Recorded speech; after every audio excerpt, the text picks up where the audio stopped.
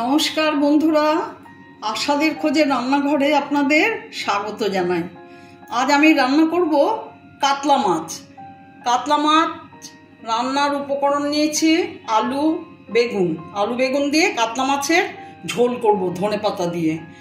তার জন্য মশলা নিয়েছি পেঁয়াজ, আদা, কাঁচা লঙ্কা পেস্ট করে নেব। আর এখানে হলুদ, লঙ্কার গুঁড়ো, জিরের গুঁড়ো, ধনের গুঁড়ো এতে দেব।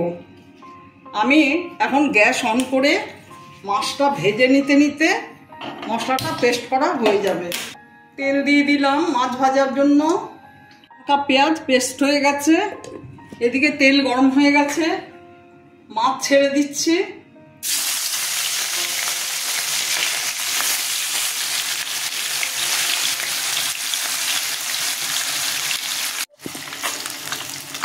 মাছগুলো ভাজা হয়ে গেছে, উঠিয়ে নিচ্ছি,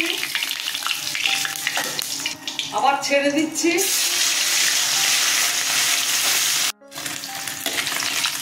সব মাছ ভাজা হয়ে গেছে, কাঁচা লঙ্কা ফোড়নে দিলাম, জিরে, মেথি আর কালো জিরে ফোড়নে দিলাম, আর একটু সর্ষের তেল দিয়ে দিলাম। এতে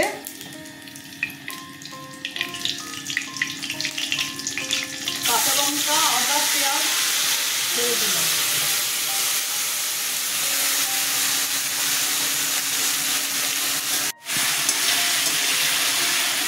পেঁয়াজটা কষানো হয়ে গেছে,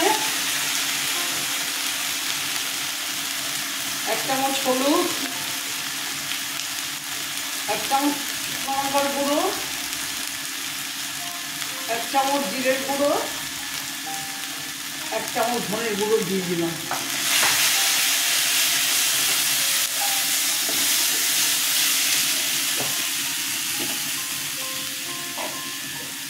স্বাদ মতো নুন দিয়ে দিলাম।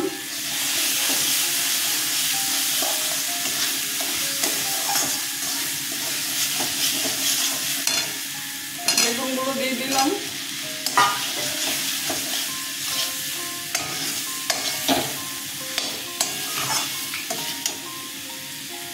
আলু দিয়ে দিলাম।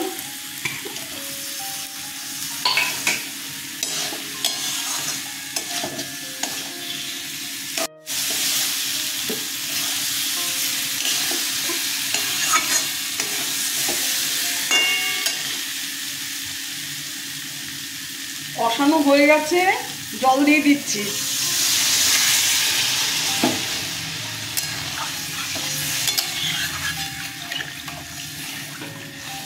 ঢেকে দিচ্ছি, ঝোলটা ফুটলে পরে মাছ ছাড়বো। ঝোলটা ফুটে গেছে, এখন মাছ ছেড়ে দেব।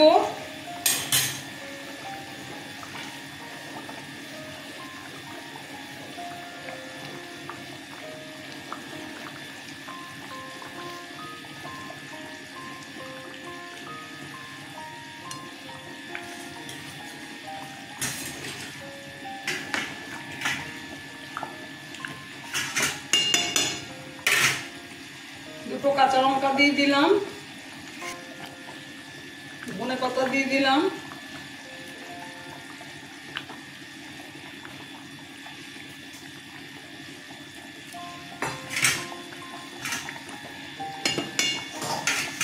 আবার ঢেকে দিচ্ছি।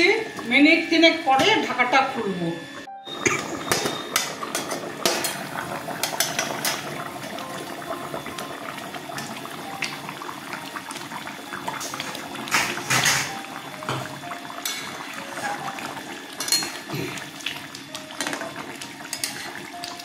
মাছের ঝোল প্রায় রেডি।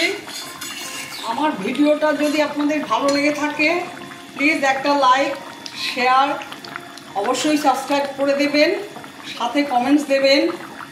আর আপনারা আলু বেগুন দিয়ে কাতলা মাছ এইভাবে রান্না করে খেয়ে দেখবেন, ভীষণ ভালো লাগে। আমার ভিডিওটা দেখার জন্য আপনাদের ধন্যবাদ। আপনারা সুস্থ থাকুন, ভালো থাকুন। আমি এখন গ্যাস অফ করে দিয়ে 2 মিনিট ঢেকে রাখবো, তারপরে সার্ভ করে দেবো।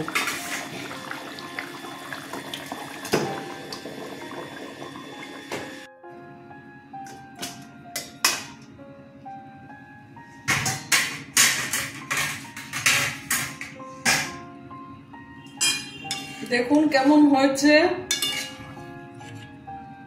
আলু বেগুন দিয়ে কাতলা মাছের ঝোল।